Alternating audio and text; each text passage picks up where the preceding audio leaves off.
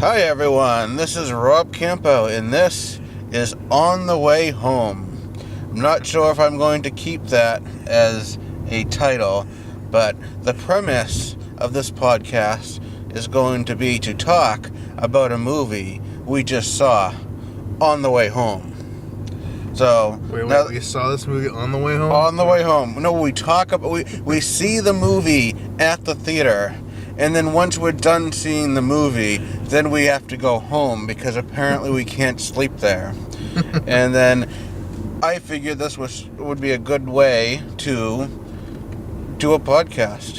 What if we go see a movie, but we don't go home after? We go somewhere else?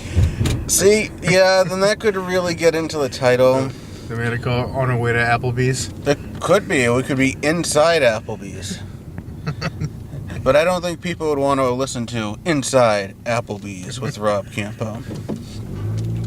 So, anyway, it's April 22nd, and if it sounds like we don't know what we're doing, it is because we don't know what we're doing. We have just saw the movie Super Troopers 2, and I'm here with my friend Bob Stoudemire. Hello. So, it's been, 17 years since the movie came out. Has it really been that long? It was released, I believe, in the indie circuit, like Sundance and all that, in 2001, but I think 2002 is when it actually went to theaters. Wow, they really do not look that much older. That is true. I mean, Brian Cox always looked old, so he just looks slightly older in this one. Yeah. And they didn't have unfortunately, they didn't have the police chief of Spurbury because he is no longer with us. He has passed on. So, what did you think about the movie? It was okay. There were some really funny jokes in there, but it didn't hold the magic like I thought the first one had. I chalk it up to kind of like what I thought Dumb and Dumber 2 was like. It was alright. I didn't hate it, but I didn't enjoy it like I did the first one. Would you be adding it to your collection? I will add it to my Netflix list. Once it goes on there, you'll put it on your queue? Yes, I'll put it on my queue, and then I'll I don't know, probably be on there for a while before I watch it again. No, you know what? I will watch it again to give it a second chance. Maybe it'll grow on me. I tend to agree with you on that it was, it wasn't as, how can I put it? Like, the jokes weren't as neat as I think they were in the first movie. I think, yeah, there were some funny jokes. Obviously, there's going to be spoilers because we are talking about a movie we just saw, so spoiler warning to people.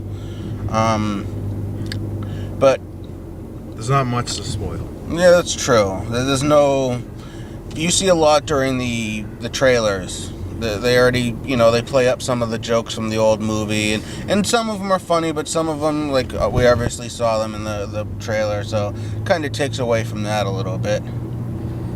I think some of the callbacks to the first movie were probably unnecessary, but they did them because it was in the first movie.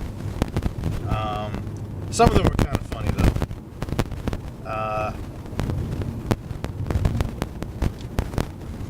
I really don't have much good to say about this movie.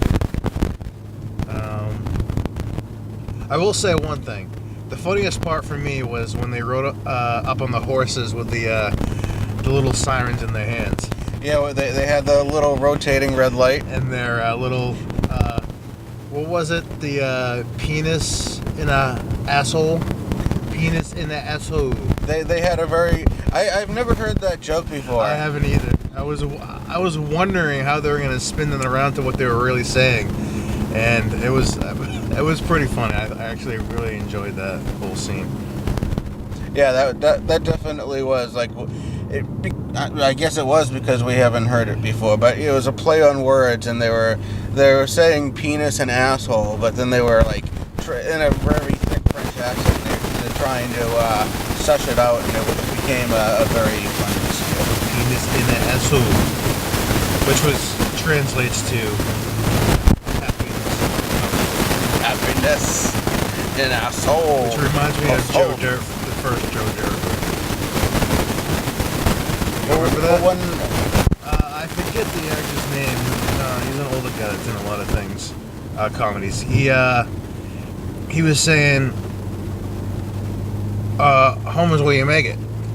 Oh He's yeah, like, you like to see homos naked? Like, homo's naked? No, home is where you make it. And I don't know, it just reminded me of the that. guy with no teeth. Yeah, they came out saying it like that. I believe he's a voice in Toy Story movies. Yes, and I believe that person is Kid Rock. I'm not sure about that. He was definitely in the movie though. But I like seeing the characters again because, I mean, the first movie is so hilarious.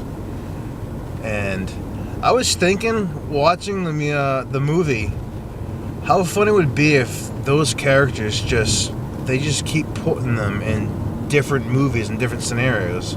Like when they walked up to their new place, that abandoned looking shack that was going to be their headquarters, I was thinking how cool it would be if this was a horror movie we were about to watch and it was just these characters from Super Troopers just in a horror movie now. And I think that would just keep the jokes fresh, just putting them in different genres and just different scenarios or whatever. I see what you're saying. I mean, I know all those actors actually they do different things, and they did a horror movie called Club Dread before. That's what I was thinking. I'm like, that's a slasher flick, though. Yeah. But yeah, I guess that would be dumb just to take the characters from Super Troopers and put them in other things where they can just be just play different characters, the same actors in other movies. What I'm saying is I want to see them do a horror movie.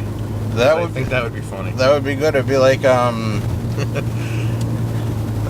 was it American Horror Story type thing? Maybe it could be Canadian Horror Story. No, I think I'm going to stay away from Canadians after this. We don't need to dwell on Canadians. This whole thing reminds me a lot of, like, say, Joe Dirt 2, where I felt like it belonged on, like, just straight to Netflix, or what was Joe Dirt 2 on? That went straight to Crackle. It was kind of promoting Crackle, so people would start watching Crackle. And was it for free? Because I think it was free. Yeah, I mean Netflix is not free, but yeah, Crackle is free, and I think Super Troopers 2 maybe belonged on like one of those mediums instead, because just like Joe Dirt 2, it was cool to see all the characters again, but some of the jokes, or a lot of the jokes, kind of fell flat. But like I said, I need to see it again I might change my mind. I think if anything, it's gonna get a little bit better for me the second time instead of worse. Yeah, hopefully it can grow on you. I was expecting there to be a funny intro scene, sort of like in the first Super Troopers. I think that they tried to do it, like to do another funny intro for this movie, but I don't think it was nearly as good as the first one. Oh, definitely not. I right away knew there had to be a dream sequence. Once they got into the bus and they were all what are they, musicians or something? Yeah. But I was before, like, what was it? On my head, what is the actor's name from American Pie? Oh, Sean William Scott. Sean William Scott. I was so happy to see him. I didn't know he was going to be in it, and I was hoping that he was just going to be like, a new recruit or something, or just part of the team. But that was not the case. And then you got the Wayne's guy there too. I am really disappointed that there was supposed to be a scene where, what was it? There was Sean William Scott and one of the Wayans, Damon Wayans Jr. I think it's his son. Yeah. Wasn't he the one that was in Let's Be Cops? I think so. Yeah, there was a scene there where they were going to almost kiss, and I almost got a little excited because that would have been the third time that Sean William Scott has kissed a dude in a movie. Do you know when the other two were?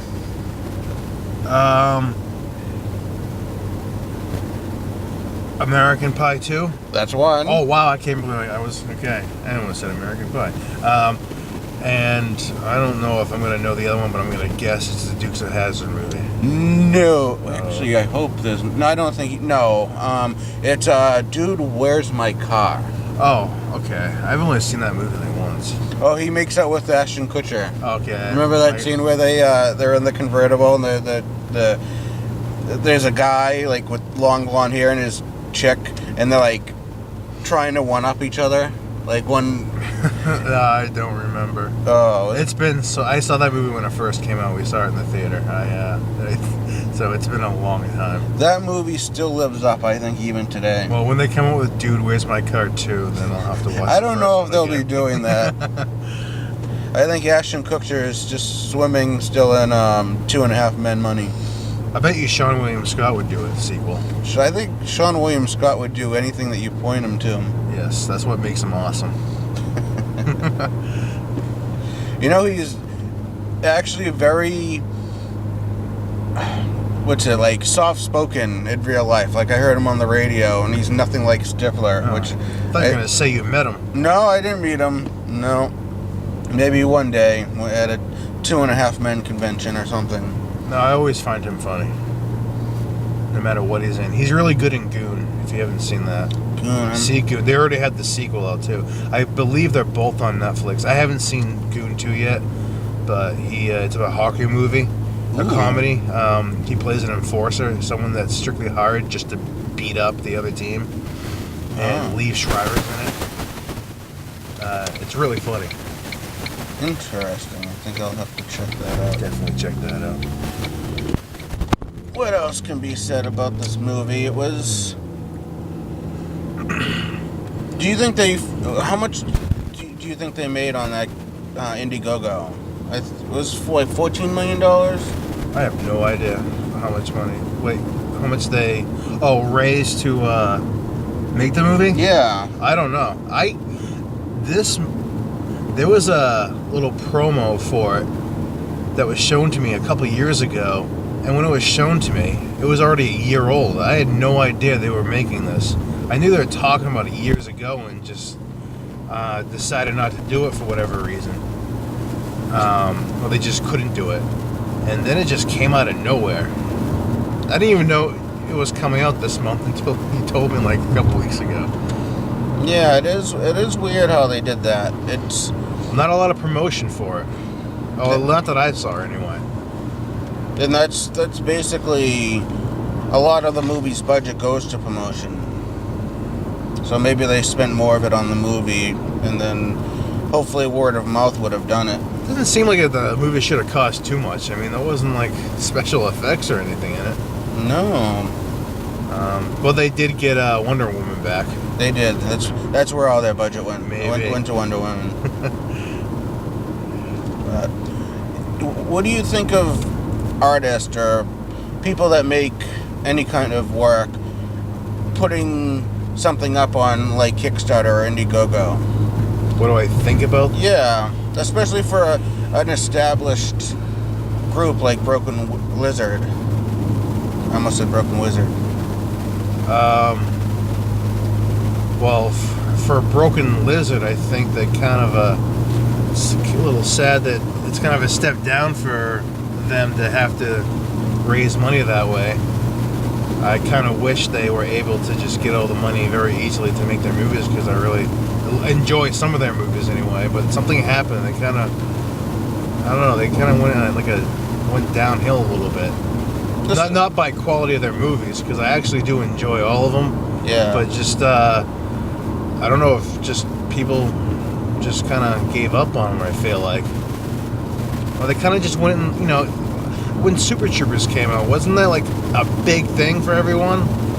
And like they were like, who are these people? And everyone was talking about it and couldn't wait for it. Because I remember Club Dread kind of came and went. No one really liked it. I remember everybody wanting to see it, though. I remember everybody hyping it up. That was going to be like, oh, the guys from Super Troopers are making this new movie. I remember everyone wanted to see Beer Fest. When we saw that trailer for the first time in whatever movie we were going to see, everyone was just quoting the trailer before the movie started and after the movie ended. So it probably wasn't a good movie we saw, but and Beer Fest was great. I love Beer Fest. That was a good movie. And I just kind of wish they kind of kept that level of entertainment, or just, well, I was always entertained, but just level of just notoriety for everyone else. So everyone would just, More stoner jokes. They should have done that Weed Fest movie, I guess. I would see that if they do it. Now's the time to do it. Now that every state is gonna legalize weed someday.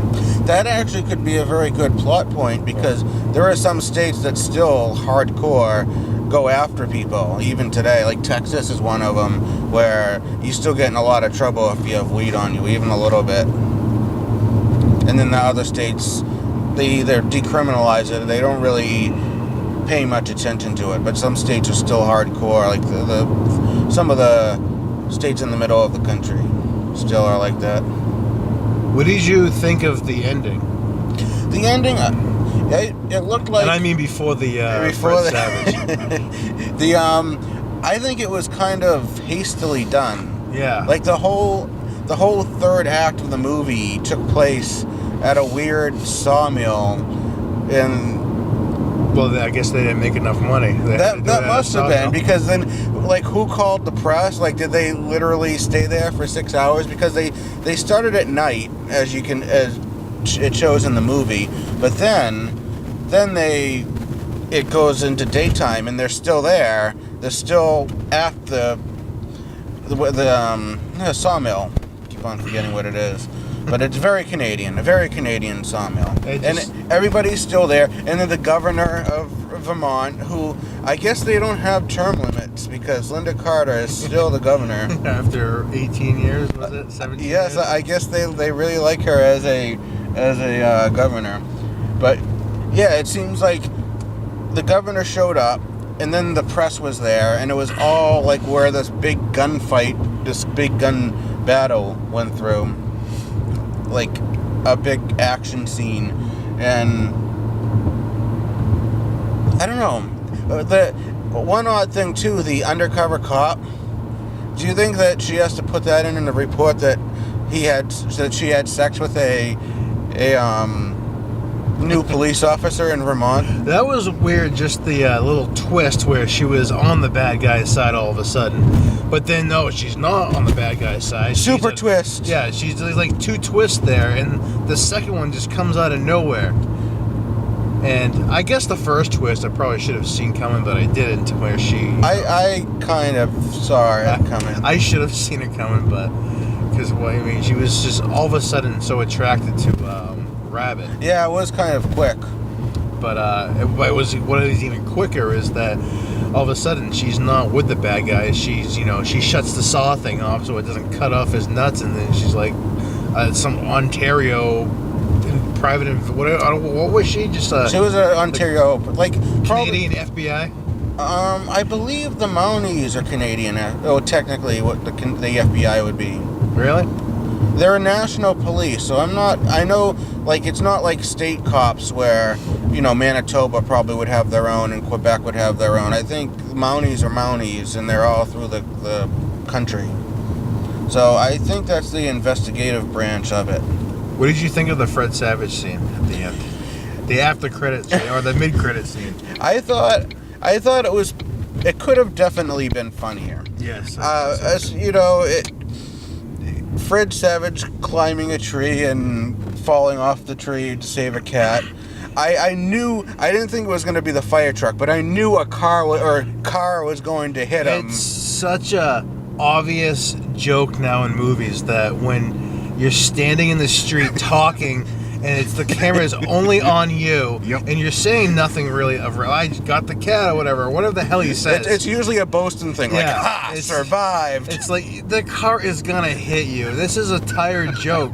They built this up the whole movie, and I didn't even think that they were gonna play. I wasn't even thinking about it, and I was actually very happy that there was more because I didn't like the ending, the first ending, that they were gonna show the Fred Savage thing. I thought they were I thought they were going to. I should have known that because they did that in the first movie with the father on the school bus, and the father on the school bus was very simple. It was, it was just all the kids just jumping on whatever the hell happened. It was like I don't think there was any audio or whatever, but it was just funny because, they built that up through the movie.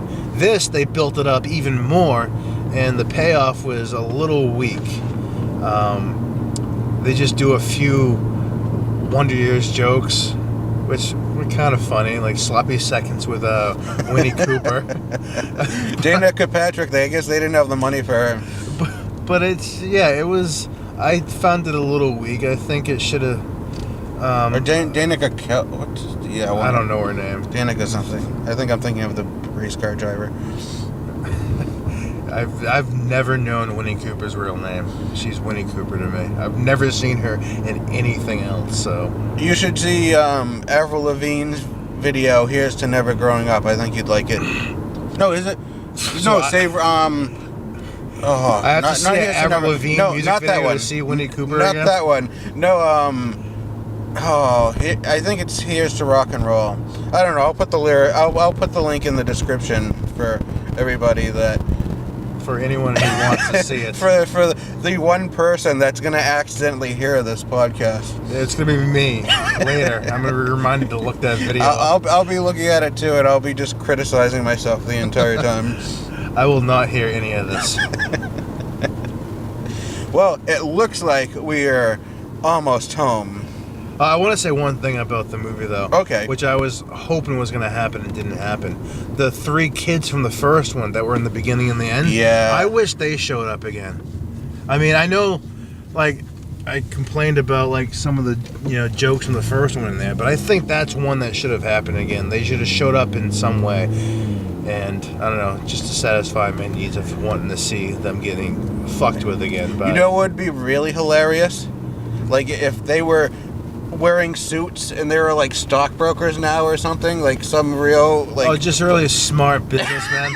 yeah, like they made an app or something, and they pull over, they're in a limo because they made some sort of killer app and they have so much money now.